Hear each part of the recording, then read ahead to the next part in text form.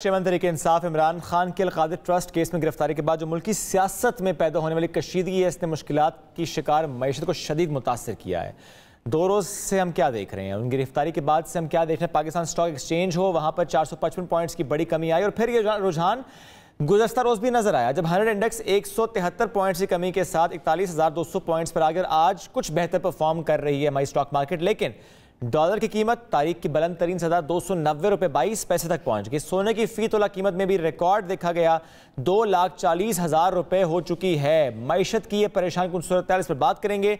मारूफ economist Khurram Shahzad साहब हमें join कर चुके हैं। खुर्रम साहब, बहुत शुक्रिया, आपने वक्त दिया। जानना चाह रहे हैं सर कि इस वक्त जो पॉलिटिकल इंस्टेबिलिटी है उसकी वजह से ये हो रहा है स्टॉक मार्केट में, और डॉलर को हम देख रहे हैं और सोने की कीमत देख रहे हैं, जाके जो IMF की डील नहीं हुई उसकी वजह से ये इम्पैक्ट आ रहा है?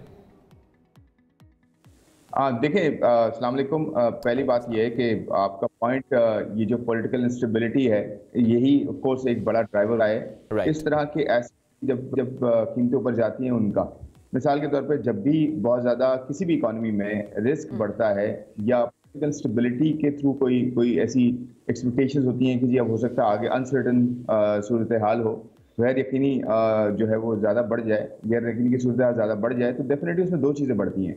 या तो लोग डॉलर की तरफ जाते हैं या फिर लोग जो है गोल्ड की तरफ जाते हैं। तो ये हमने देखा है कल 2 दिन में पिछले कि डॉलर की कीमत में भी इजाफा हुआ है और गोल्ड की कीमत में भी इजाफा हुआ है, क्योंकि लोग ये सोचते हैं कि और कोई एसेट जो है वो शायद इतना ज़्यादा ना सेफ हेवन की तरह एक्ट कर सके जैसे कि गोल्ड करता है ज़्यादातर। क्योंकि आपने देखा होगा जो गोल्ड होता है, 2008 का क्राइसिस देखें या अभी रिसेंट कोविड की आप बात करें, ज़्यादातर जो है वो जो पैसा जाता है वो फिर ऐसे ही एसेट्स पे जाता है जो कि सेफ हेवंस कहलाते हैं। तो डेफिनेटली गोल्ड लोगों की जो है प्रायोरिटी होती है, और क्योंकि महंगाई में भी बहुत ज़्यादा इजाफा हो रहा है तो लोगों की जो क़ुव्वत खरीद है वो बहुत कम होती जा रही है। वो अफोर्डेबिलिटी जो है वो नहीं रही जो पिछले 2 साल में थी, 4 साल में थी या 10 साल में थी। तो एक बड़ा रीज़न ये होता है जिसकी वजह से आपको गोल्ड की प्राइसेस में खास तौर पर इजाफा नजर आता है। तो डेफिनेटली पॉलिटिकल स्टेबिलिटी जी हर किसी भी इकोनॉमी को जो है वो करती है।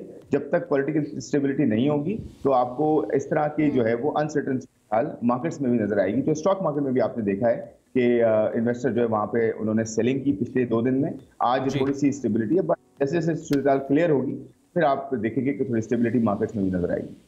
खुर्रम साहब, अभी डिफॉल्ट की बातें दोबारा से शुरू हो गई है। कुछ अर्सा पहले भी बात हो रही थी मुल्क डिफॉल्ट करने लगे, लेकिन उसके बाद कहा गया कि नहीं, डिफॉल्ट के खदशात खत्म हो चुके हैं। लेकिन अभी दोबारा कहा जा रहा है कि डिफॉल्ट का खदशा है। ये खदशा किस हद तक है? नहीं, देखें, फिर वही बात है, डिफॉल्ट की जो बात है ना, उसमें 2 चीज़ें हैं। एक तो हम जनरल एक बात करते हैं कि जी कंट्री के पास पैसे नहीं है वापस देने के लिए, तो और कम है इनफैक्ट डॉलर्स जो वापस हम कर्जों की अदायगी हमने करनी है, बैरूनी कर्जों की अदायगियाँ। देखिए जून तो हम कंफर्टेबल हैं, जून तक का कोई इतना इशू नहीं है, क्योंकि हमारे जो पिछले 1 साल में हमने 22-24 बिलियन डॉलर्स अदा करने थे, उसमें से आधे से ज़्यादा रोल ओवर हो गए, कुछ हमने अदा कर दिए, कुछ हमें दोस्तों ने मदद कर दी। तो जून तक तो आपका इशू नहीं है। उसके बाद आपकी अदायगियाँ 6-7-8 बिलियन डॉलर्स दिसंबर तक आपको चाहिए होंगी। वो IMF का जो है ना वो उसमें मुआहदा बहुत ज़रूरी है कि IMF किसी तरह ऑन बोर्ड आ जाए। तो देखिए डिफॉल्ट जो है ना वो टेक्निकली कैसे डिफॉल्ट होता है कि मैंने अपने पैसे वापस नहीं दिए टाइम पे, और उसके अंदर कमर्शियल जो हिस्सा होता है ना कमर्शियल लोन्स का, मिसाल के तौर पे हमने IMF से भी पैसे लिए हुए हैं, हमने वर्ल्ड बैंक से भी लिए हुए हैं, हमने चाइना से भी लिए हुए हैं, हमने सऊदी अरेबिया से भी लिए और UAE से भी लिए हुए हैं। और इनसे तो हम बात कर सकते हैं ना कि देखिए जी आज हम नहीं, ये थोड़ा आगे कर दें, तो ये कर देते हैं। आपने देखा होगा सऊदी अरेबिया ने भी कर दिया, UAE ने भी कर दिया, चाइना ने बहुत ज्यादा किया। लेकिन प्रॉब्लम आती है जब बॉन्ड होते हैं ना, आपने कमर्शियल बॉरोवर जो आपने उनकी बॉरोविंग की भी होती है बॉन्ड की, बाहर मार्केट में आपने अपने बॉन्ड फ्लोट किए होते हैं, अपना पेपर फ्लोट किया होता है, उसके अगेंस्ट पैसे लिए होते हैं, वो हमने 2024 अप्रैल तक पे करना है। $1 बिलियन तकरीबन इसी के अराउंड है।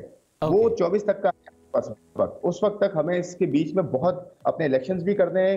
कोई गवर्नमेंट आएगी, उसको एक अच्छा मैंडेट भी मिलना चाहिए, उसकी कॉल होनी चाहिए कि जी क्या करना है आगे जाके, तक जो है ना वो डिसीजंस लेने नहीं लेने। तो डिफॉल्ट हम इंशाल्लाह नहीं कर रहे, डिफॉल्ट का इशू नहीं, लेकिन हाँ हम एक वर्ज पे रहेंगे, एक बिल्कुल एज पे हैं कि जी आपके पास कम जो है वो रिजर्व्स हैं और आपको अदायगियाँ करनी है आने वाले जो है 6-8 महीनों में, अच्छी बड़ी अदायगियाँ। और साथ साथ इकॉनमी को भी तो चलाना है, ऑयल भी इंपोर्ट करना है आपने, और चीज़ें भी इंपोर्ट करनी है, इकॉनमी रोकनी तो नहीं है, वरना तो लोग जो है सड़कों पे आ जाएंगे। तो ये है कि डिफॉल्ट के खतरात बढ़ जाते हैं जब आपकी इस तरह की सिचुएशन होती है, या फिर आपके IMF ऑनबोर्ड नहीं होता तो आपके पास टाइम कम होता है, ये प्रॉब्लम है। लेकिन स्टेबिलिटी आती है उसके बाद आपके खतरात कम हो जाते हैं, डेफिनेटली फिर आप डिसीजन लेते हैं टाइम पे इकोनॉमी। अब चूंकि आप खुद कह रहे हैं कि वर्ज पर रहेंगे, ये जो खतरा है ये रहेगा, ऐसे में बजट का ज़ाहिर है हम देखने मंथ आ रहा है, बजट पे कितना इम्पैक्ट आएगा इस सिचुएशन का? अच्छा देखिए, बड़ा ये अच्छा क्वेश्चन है। देखिए ये जो बजट है ना, ये वो आम बजट नहीं है कि आप जब ड्यूरिंग द टेनर आप देते हैं, यानी कि किसी गवर्नमेंट के पास 5 साल होते हैं या आप जो भी गवर्नमेंट इसमें देकर चले जाना है हुकूमत ने, वो जो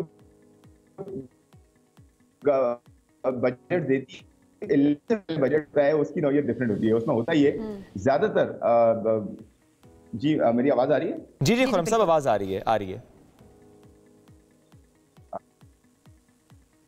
मैं कह रहा हूँ कि ये जो है ना, ये इलेक्शन बजट है और प्रॉब्लम ये है कि IMF भी ऑनबोर्डेड नहीं है। जब IMF ऑनबोर्डेड नहीं है और इलेक्शन बजट भी है और उसमें आपको इस गवर्नमेंट के लिए बहुत टफ कॉल है, क्योंकि इसने एक तरफ इलेक्शन बजट भी देना है ताकि अपने वोट बैंक को भी बचा सके और उसमें फोर्स खर्चे ज्यादा होते हैं, टैक्सेस कम होते हैं, और दूसरी तरफ IMF कहता है कि जी आप टैक्सेस लगाएं, आप सब्सिडीज कम करें, खर्चे अपने कम करें। तो ये बहुत इंपॉर्टेंट कॉल होगी यहाँ पे कि बजट क्या दिया जाता है। इसे आपने देखा होगा IMF ने कुछ दिन पहले ये कहा कि जी आप बजट हमसे शेयर करें, और ये डेफिनेटली एक प्रैक्टिस होती है जब भी आप किसी प्रोग्राम में होते हैं तो बजट शेयर किया जाता है, उसे गो थ्रू किया जाता है दोनों एंड्स पे बैठ के, और फिर IMF भी ये कहता है कि जी इसमें ये चीजें कम करें, ये ज्यादा करें, खर्चे कम करें, टैक्सेस बढ़ाएं, सब्सिडीज कम करें। तो ये बहुत इंपॉर्टेंट कॉल होगी कि बजट का जो है ना वो कहाँ पे गवर्नमेंट बजट कितना देती है, क्योंकि मुझे नहीं लगता इतना आसान बजट होगा ये देना। तो शायद टैक्सेस ज्यादा हों, खर्चे कम होने भी चाहिए और सब्सिडीज भी कम होंगी, जिससे ऑफ कोर्स महंगाई की एक जो है लहर आ सकती है। मुश्किल बजट होगा और यही इस वक्त हो सकता है। We don't have any other option.